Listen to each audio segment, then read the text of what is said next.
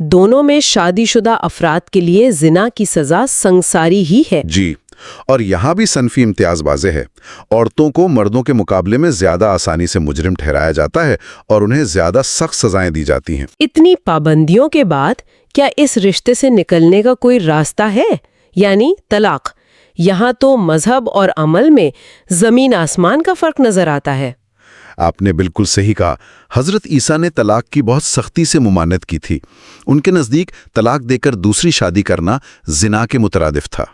لیکن آج تقریباً تمام عیسائی ممالک میں طلاق قانونی بھی ہے اور عام بھی ہے۔ یہ مذہب کی تعلیمات اور پیروکاروں کے عمل میں سب سے بڑے تضادات میں سے ایک ہے۔ بالکل، روایتی طور پر یہودیت اور اسلام دونوں میں طلاق کا یک طرفہ حق صرف مرد کو حاصل تھا۔